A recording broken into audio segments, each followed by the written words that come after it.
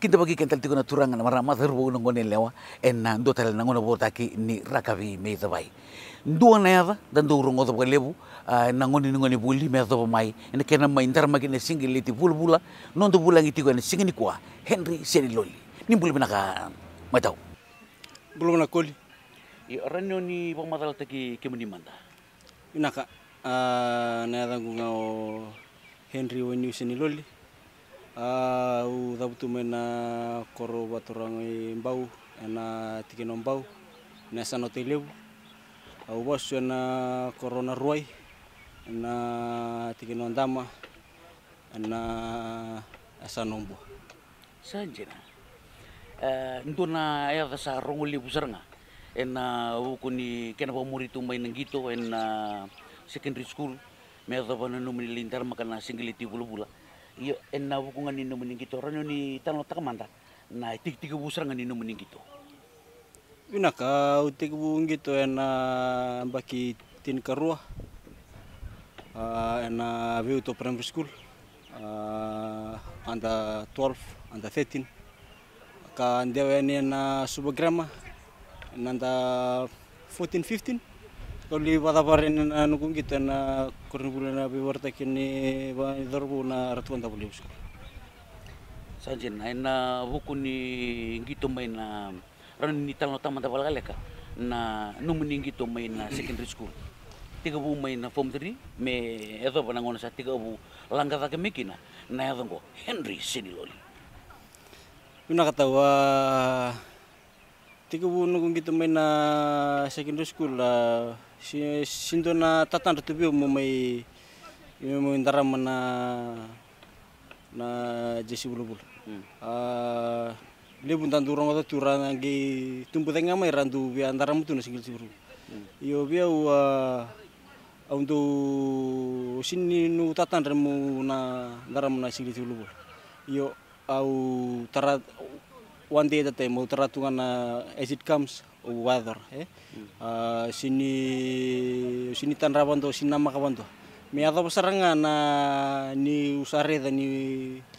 tigubi na talinding na ngidara kabi na kila na lebungan ni na satu sodakinga na nunggu ngidara kabi me ada pemain na secondary school me satu kimen under 20 le Fiji Warriors le Fiji Barbarian au tapos mantai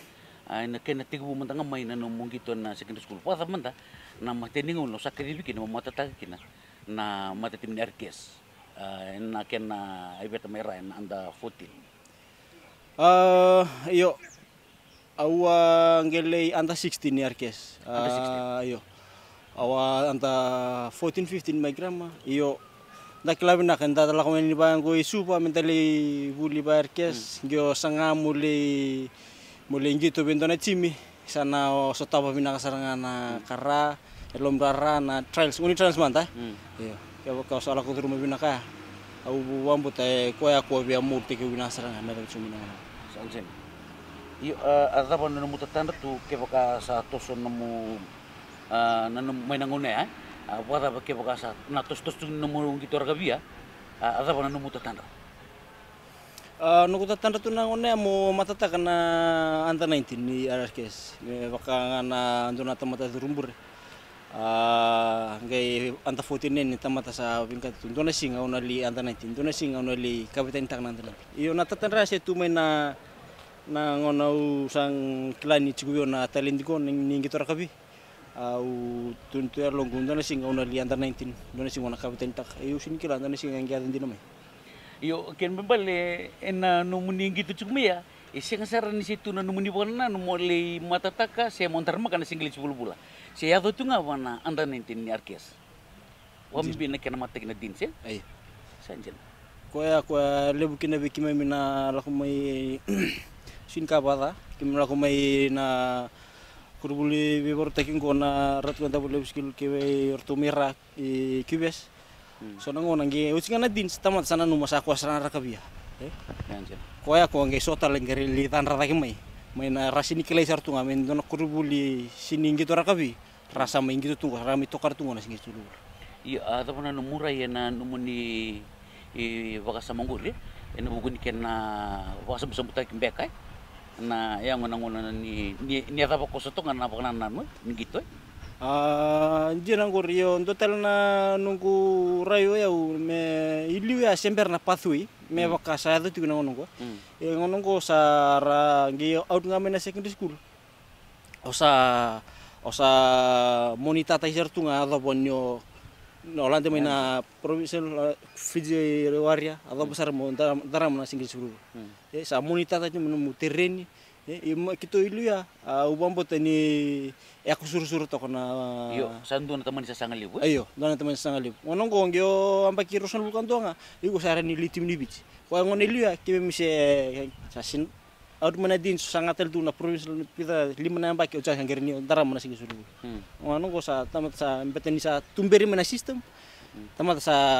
kila na sistem sa totol ra matua sa matu totol ni ra tumber mera monita te cuma bana dins mera mena pathway ko kachulia Sanjina. En bukungan ni nomeni bobarau no nomeni gitu matanga. En dins obombota ya sanggai mata ini ngau no mosota bikin na crowd pembimbi na kena sota bikin na crowd wa pembimbi na gitu liliu asa pemanda na nomu uraida na ngau no sota bikin na pembimbi en kena lengitori na gitu ta kena dins. Binaka saya ambaki rondul kabitu sar robi tu kena rawalus na ucu sini nunggu gitor na dins ngono mentangan go sa sia hotel tunggu biau na atmosphere ni ambaki se tu sini seven nga se bia mata tatiku biau itu final about ke kibes iyo na singaya sambu na crowd mata tamani crowd Begitu na nyindu soto na saya kan sakilaki harkes kibes nge soto bangko sa ko nga nyunga ki manray yun na kay na singa bitu 5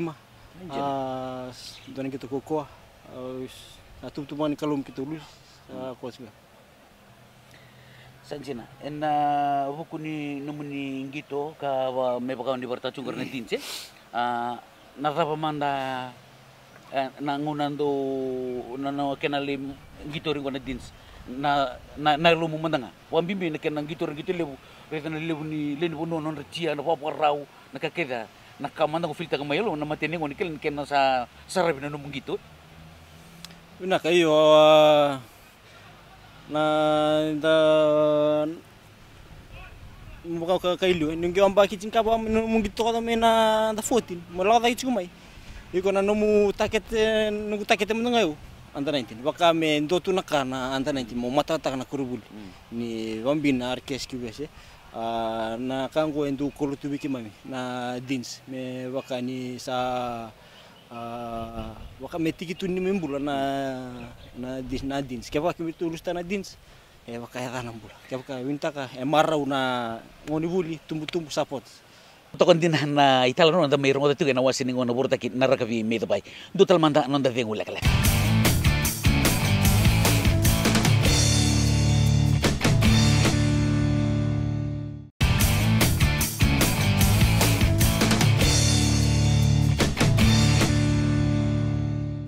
to manitale na non da vital no en narakavi me bay Henry Senilo naka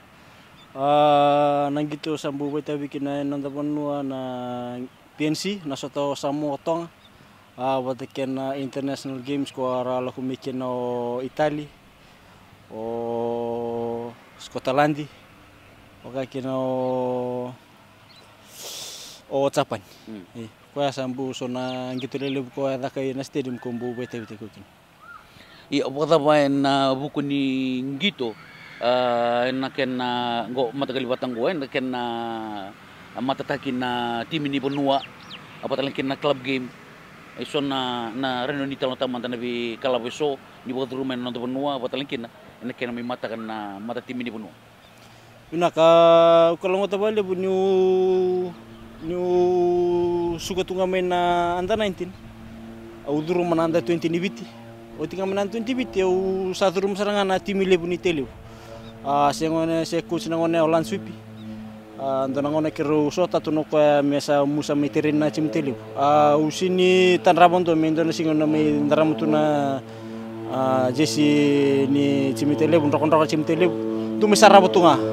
na biada lele burantung itu tu tebita bonto o sine sebu karena memang bi Hernando o Hernando gitar tu na cimitelu no main gitu ya o sama kita tahu sama gitu tu betikir soalnya kaila soalnya ada lele ba sama gitu tu betikir na cimitelu yo uga na tagalu bale na kalulu bungo na nona bi borte gitu kinumbul sini lebu na tamata la kuduru mana ka wangko me baka ka lebu ra o chimina secondary school ra te gusta el mira siya na pathway o mboklo ngota lebu ni o tu kama secondary school out ada 20 o siya na 20 o sa rika sarna chimi lebu ni telu o sini mboli club game mantanga o sini mbo duru matal me mo anda 20 ni telu sa bandun tunga mai kya sa li anda li chimi lebu sa rin telu mateni nunggu to karena di sini tim ni bici na runon tolu cingkatul uchimaya sa lakotu sona bitalno ni kontraki macam ni sini mata tana runon tolu cingkatul ya le runon tolu cingkapa ngai tiku ni bi mama na runon tolu cingkapa sa tiku wika nunggu sa intakan dona kontraki me yo atau cuma na ngono ulako Itali na mateni ambakia ulako Romania ulako sering Irlands ngosa cita Itali lebu na bono ulako kina ubuli dana ndu ini na nonra mbula na tamata na kalsa na nonra kalsa na the way they play the game na ndu sarmi balu watekena nonda muy ni kita rakapia kento na open play kera constructive play sa do sarana kali ka Olivia bako no mutiki ka ena lori le besar na nomu gitu ena so rasin tu telita kan ni sona coach rasin telita kan me obako no mutu nika na timok is everything na club lili beratu me na sanjin eno bukungan ni nomu ni gitu kapatalan kina nabi bono tani ni sabi to sa gitu kina kay nabi ka ni sabuli ka mika ataba onarani on aborita to kabiran na itokan era bomuri kemuni tu menangongo nakakulia dona kau sang ubuli datu menanungu gitu rakawai tu meni sindona kainrendre sindona kainrendre kau sa o sambitu bunelo muni o narawata enaraw sanjina ya nimber ni gemera menontor bital nongo ngona kedin nonton gitu ndona kan nonton di bota gitu eso nonton gitu me nda wauduira ya na ngona mandanga oni se lalai mikina udi manda ndo ikorida gitu kai gudu sanga ndo pamuria mo bakai ko ya naka undu reda itu na halfback ni Wallabies na ngunilio George Grigan me bakangan tamateli do sindan tamateli burinta ko sebuka do redi ko gitu na ngona me atom sanjina pina boleh bu metau toto ko tin na vital noa en na rugby me the bai en na wasining ono bortongo do telmanta no da dingulak